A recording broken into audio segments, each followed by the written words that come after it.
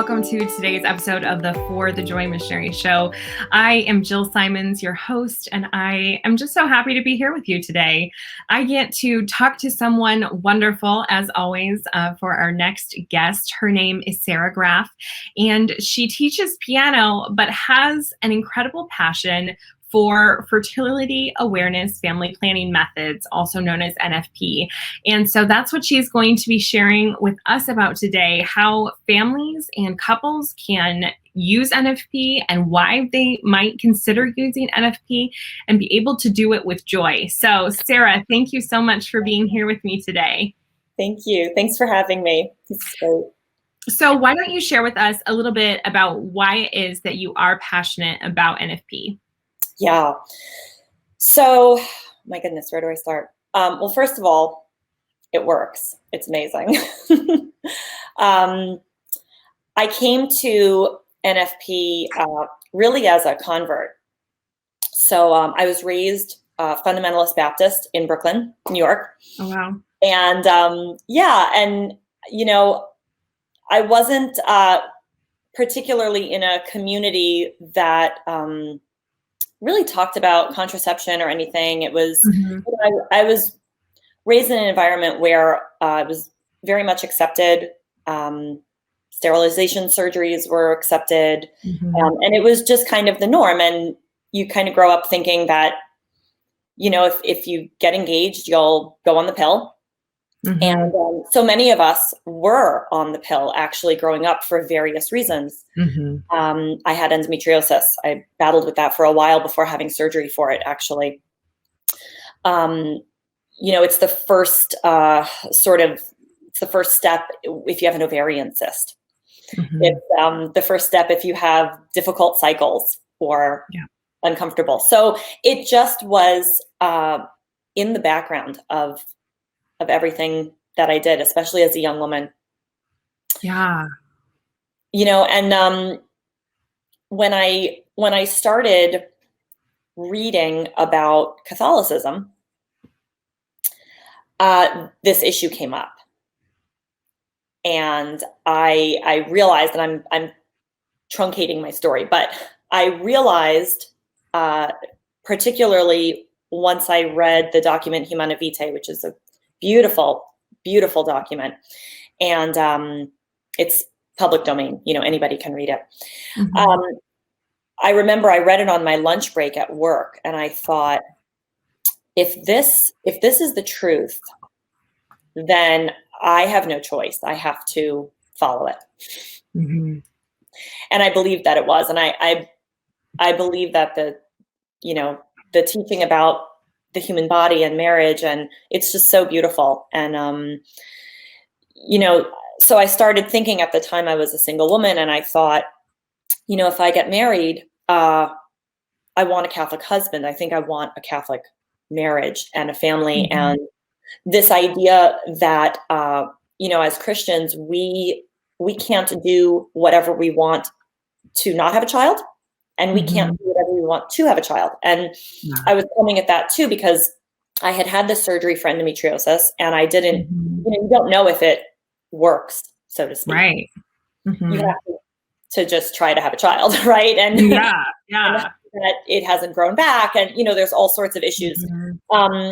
And so, it was just such a safety net, the teaching. So that was a big part of my coming to the church. Absolutely. That was, or contraception was one of the things that when I was really going through the stage where the faith goes from being what you have as a child to being no, I'm really going to do this for real as an adult. That was one of the things that I was all right, you're went to an authority that I knew would be able to give me really the best of what there was in the church to have this argument, kind of go to a Catholic on the street and you don't know if you're going to be getting really the full picture of things. So I found someone who I was okay, you're going to give me the best argument that there is. And if you can't convince me, then that's going to be it. And same thing, using Humana Vitae and just kind of the full vision of the design for marriage. I was dang it, That is true. I wasn't very happy about that. Oh, I know. Well, I often joke that was kind of my prayer to the Lord. I'll do whatever you want. I just really don't want to become Catholic. So however we can work this out, I was in a really wonderful Orthodox Presbyterian community, which in my mind does a lot of Catholic things, right? Yeah. They have sacraments, they take communion every week, they baptize infants, it was so I was kind of hoping that I could straddle the fence for a while. And the Lord's like, no, we're done playing games. Yeah. So it was really a leap. And my husband and I pulled out the other night Casti Connubii, which is the church document from 1930, which is just so stunningly beautiful. And I realized as I'm looking through it, I'm thinking, wait a minute, 1930. That document came off of the heels of the Lambeth Conference, which really opened up contraception for all non-Catholic Christian communities. So I believe that conference happened in August. And then the Vatican puts out Casti Connubii, I think it was New Year's Eve or something of that year. Okay. And that document is also breathtaking. Yeah, absolutely. So for people new to this conversation, especially those that are like, some people I will interact with are literally like, people can't use contraception in some, Christian traditions, and that's like a surprising thing to them.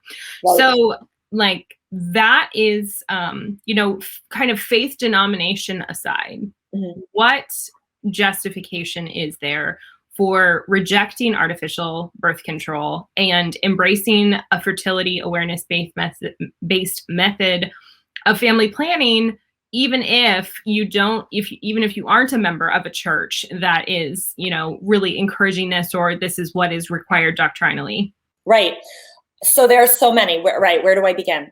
So I'm going to back up for 1 second and just kind of make a general comment to, Catholic Christians, non-Catholic Christians, people of goodwill, hormonal birth control. So I'm not talking about manual contraceptives, but hormonal birth control really does have a plan B built into it, which is, some of it is creating the inhospitable environment in the uterus.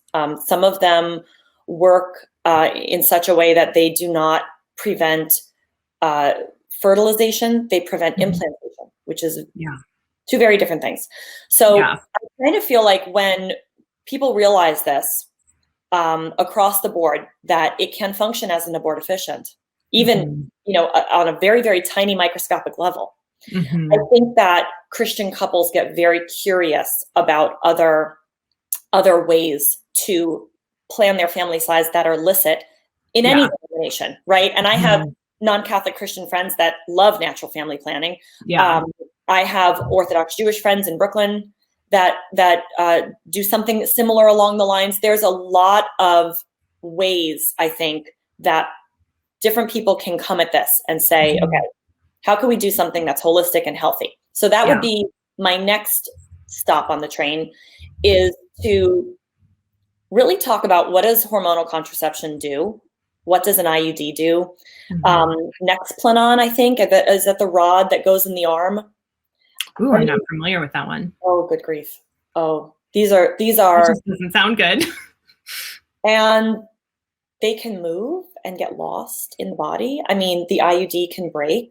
There have been horrific side effects of all of this. Some of the just normal, quote, expected side effects, right, would be vaginal secretions drying up, your vision changing, weight gain. None of this is none of this is desirable, right? Nobody wants these side effects. And I think that there is this sort of tug of war, right? I don't feel great on it. Nobody feels great on it. I don't feel great on it, but I don't think there's another way. So I have to suffer through it. And so I think when you talk to someone about, how to sort of live like a holistically healthy life, that can be a really interesting part of the conversation. Yeah. And I often tell this story as well. So about 10 years ago, my sister was on the ring, the Nuva ring. I don't know if Nuva ring is even on the market anymore. But my sister got pregnant on it and was pregnant for 2 months before she realized. And I think that right at this time, there was a class action lawsuit going on. I don't remember all the details, so if I'm making a mistake, it's totally on me. I apologize. But there is also a massive failure rate. And, I think that in general, we want to control everything. And the real gut-wrenching truth of the matter is that if you're engaging in sexual intercourse, married or not married, yeah, it's risky. Yeah. And so for someone to say, well, I'm going to take birth control pills because they're reliable, or I'm going to use condoms because condoms break. There is that old saying, right? Abstinence is the only 100%. Yeah. And it's true. And so I think if you start there, right, abstinence is 100% effective. And then everything else, including fertility awareness space, including hormonal, including manual, everything else has a failure rate. I know people who've been sterilized and it hasn't worked. There was another baby that came. I mean, wow. Sex is inherently risky. Yeah. And that's okay. That's how it's meant to be, actually, right? Yeah. So with the most risky thing you can ever possibly do with your body, which is have sex with another human being, the first guardrail, right, is marriage. And then even within that, you have to discern. Right. And so, I think you can approach it really, really compassionately and speak truth to people that, sex is risky. So let's take the best possible scenario. Yeah, absolutely. And I think that, especially like you mentioned, as the push increases always over and over again for this more holistic approach to life, there is so much justification for using a method like this.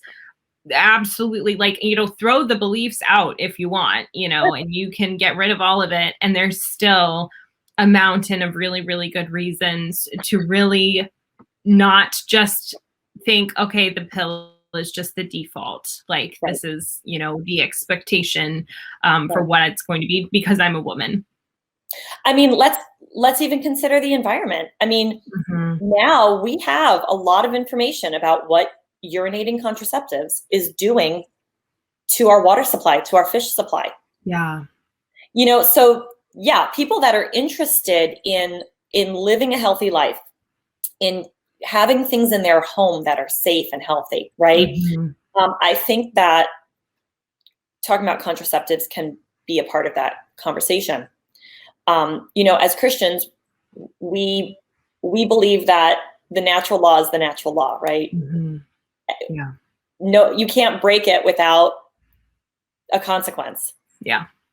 And so anybody then who follows it is going to have a benefit, right? There's that sort of two-sided prong to it. Yeah, absolutely. So this is where, for all of you that are listening to this point and are like, okay, what does this have to do with being a joy missionary? What we are going to transition into talking about is how couples can really live this out with joy, because I think so often, even couples that are totally on board, totally committed, like, yes, this is what we're doing. This can be something where you talk about joy and NFP in the same sentence, and people are like, what? What are you talking about? Right. And so, Sara, if you can address kind of the shape of this in the lived experience of the couple in a way that can be joy bringing to their relationship. So the first thing I would say, my husband and I are practicing Catholics. So we're practicing NFP where we're fully abstaining when we are in a season of avoidance, which we are right now. So first I would caution women that the weeks, it's not going to probably be 5 days, right? You need to go into this, I think, with a realistic expectation that, you'll start your cycle, then there will be a period of abstinence. If you're avoiding, it's probably not going to be 3 or 4 days. It might be a little bit longer. And then you enter the phase where the fertile window has closed and, you're kind of free. And so I would just first say to couples that you need to be realistic about marriage, that abstinence is a part of marriage.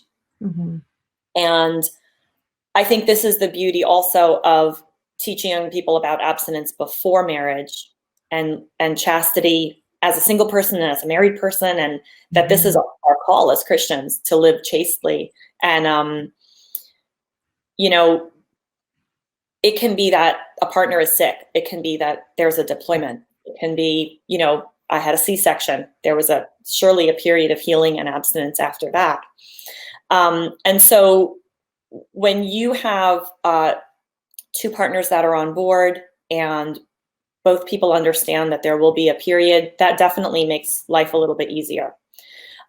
When you're in a season of avoiding, so you're trying to avoid a pregnancy, not achieve a pregnancy, I think that there needs to be a lot of communication, that there needs to be a lot of other ways of being loving toward the person. So you're in this period now of avoiding, and I think that the next step then is a lot of communication, and the love languages, right? Talking to your spouse, finding other ways to show love, even physically, hugs, kisses, right? Finding things and activities to do. That might be the time where y'all are going on day trips, or, doing some shared activities, things that you love. There has to be, and this is good for marriage anyway, to have things that you're bonding over that are not always sexual, right? That's good for any marriage. Yeah. Every so often I come across a book or an article and the author is challenging a married couple to, have sex every day of the month or every day of the year or something. And it's like, good grief, that is not the message of marriage. It's just not. I'm sorry. So, I think that, and the more you do that, and the more you're a witness to, like, abstinence is not going to kill you. It's not going to kill your marriage. It fosters real trust, actually, that if there is a real problem in the future, you're going to be able to weather it. I think about having my C-section. It was not an emergency, but it was unplanned. It was certainly not my plan.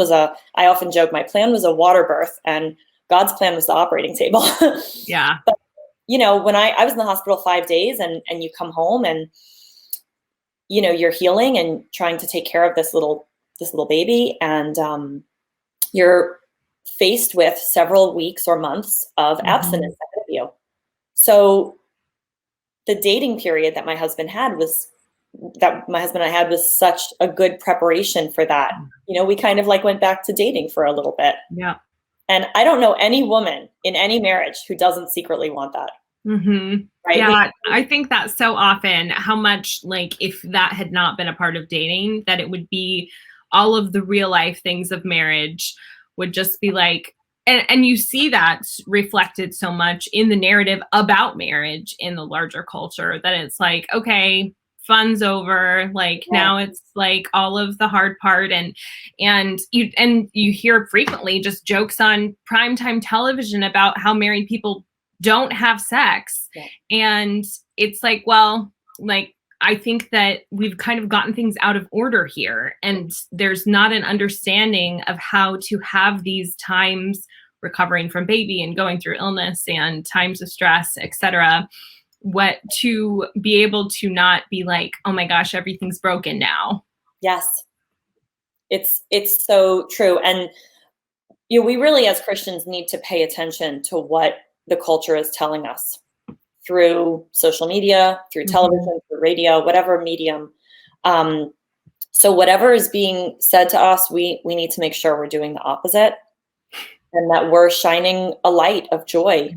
You know, my husband and I have had a lot of people, you know, and it's in good fun, you know, make jokes or cracks or whatever. And but it's been such a witness, you know, for us to live out this life, and say, no, we're living it and it can be done. And by the way, if there is a pregnancy when we were not expecting it, that is okay too, because the basis of our lives is trust in the Lord. Yeah. You know, and so it doesn't, pregnancy, and I hear so many moms of large families say this, and they almost feel as if they're, you know, maybe failing the NFP mission or the awareness. You know, it looks to everyone like it doesn't work. Well, some people have big families, you know, this is falling. And you know, let's say that we were avoiding and we achieved by accident.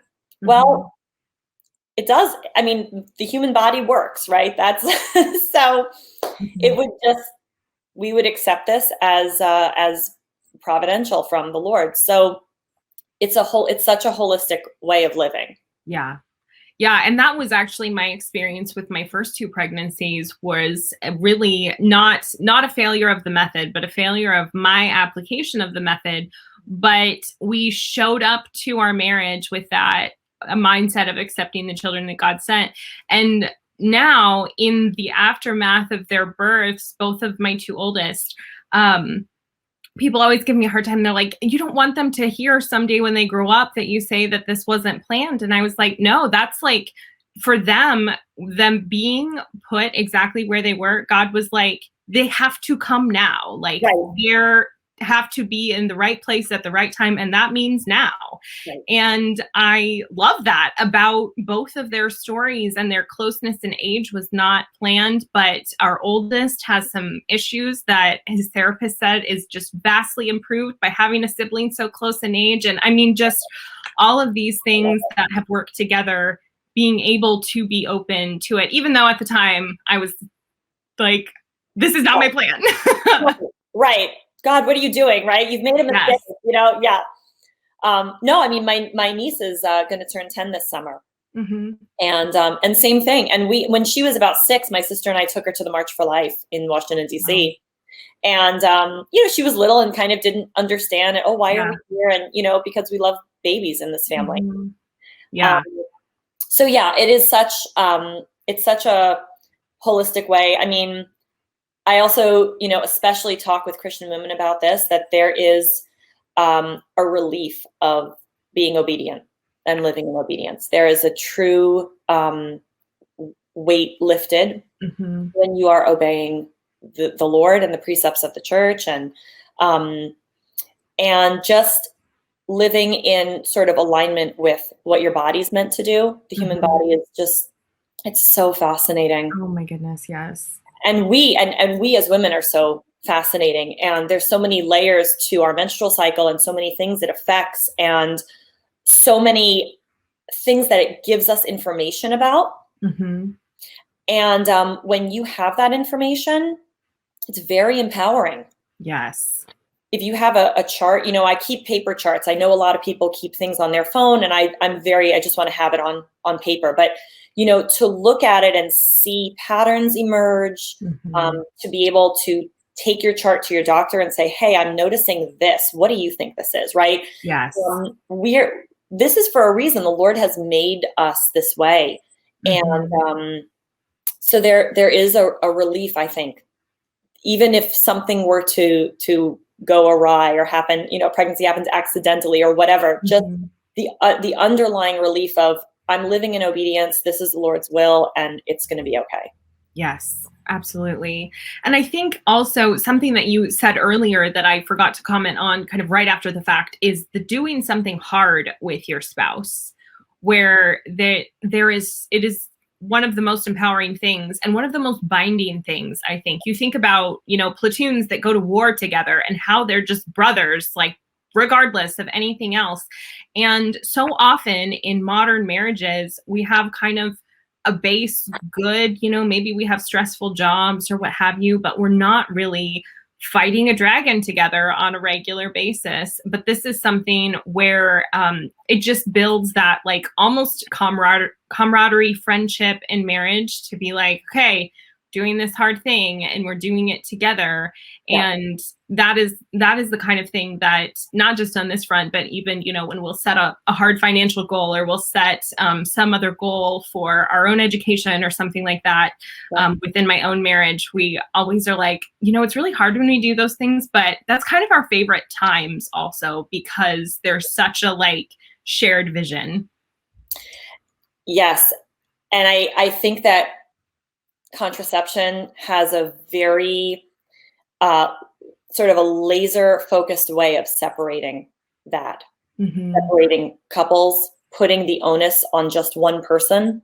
Yeah. And we see this also in television, a husband sort of snapping at his wife, or, you forgot to take your pill, or, the condom breaks and now it's the husband's fault. You did this to me. And that, when two people are sort of looking at each other and fighting versus the Christian understanding of marriage and contraception, which is you're together and you're looking out at the world. And, there's no one person is responsible when you are practicing fertility awareness, natural family planning. There's different synonyms, but nothing is on me. Nothing is on my husband, Greg. We are a team. And if we decide in the moment that we're not going to abstain, then the risk is both of us, right? And so everything is together. Everything is a team. So it's I would just encourage anybody who is using any form of contraception to really look at, first of all, what the risks are, what the side effects are, but on a deeper level, how it can affect you spiritually. Even something like a sterilization surgery. And my husband and I know people who've had them reversed to welcome more children. I mean, that, that comes with its own set of issues. So, yeah. And something that we talked about before we jumped on the call that I want to make sure we get before we wrap up here is talking about, you mentioned already how empowering this information is to women, to have your cycle charted and to be able to say, here's the pattern, here's things that are varying from cycle to cycle, whatever the information might be. Right. And so I just want to touch briefly before we go on how we can empower young women who might not be married yet or in relationships yet with this same kind of information about themselves. Yeah. So the first thing I would say to anyone who is, in their teen years or college years, early 20s, that your doctor is likely looking at birth control as the first line of defense. Yeah. Any problem that you bring to your appointment, that likely is going to be the answer. And if you haven't experienced that yet, you probably will. It's coming. Yeah. It's coming. Right. It's just the first, it's sort of the Band-Aid. It's the catch-all. And so I would say that, my daughter is very young, but what I'm hoping she sees as she gets older is, my husband and I keeping a chart together, right?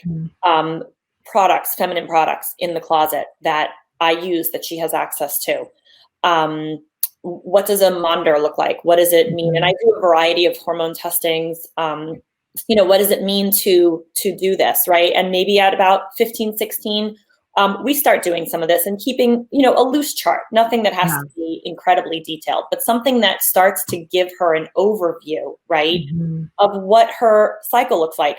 Also, young women, right? Why I'm noticing on this day every month, I'm feeling very overwhelmed or emotional or upset. Why is that happening? Yes.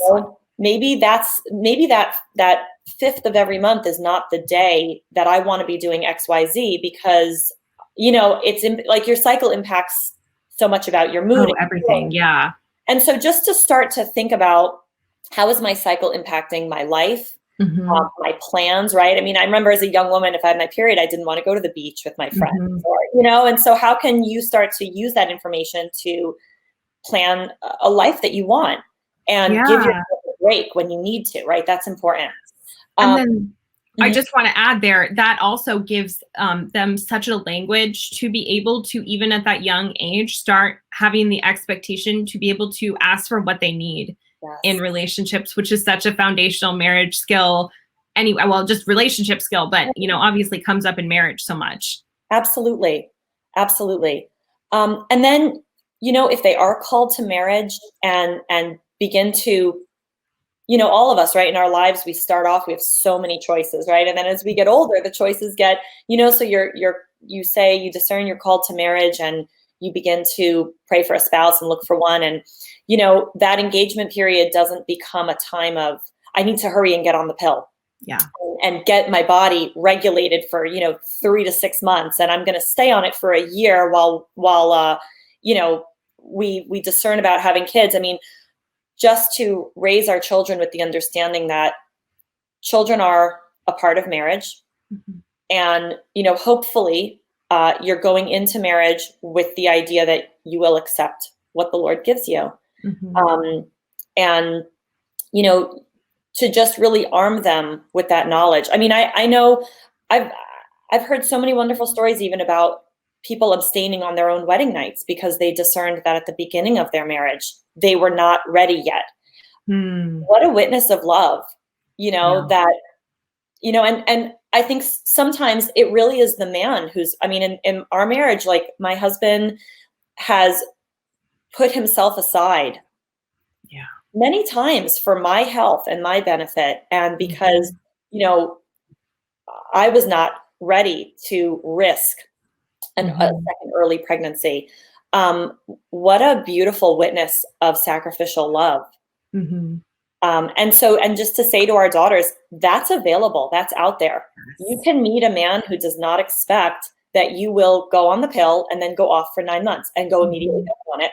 And right. Yes. And so we will not bring things into our home that dishonor the Lord. Yeah, absolutely. It can be done. Yeah, that is so beautiful and so encouraging, Sarah. Thank you so much for taking the time to chat with me today. Thank you. Thanks for having me. This was wonderful. I hope it blesses someone. And thank you.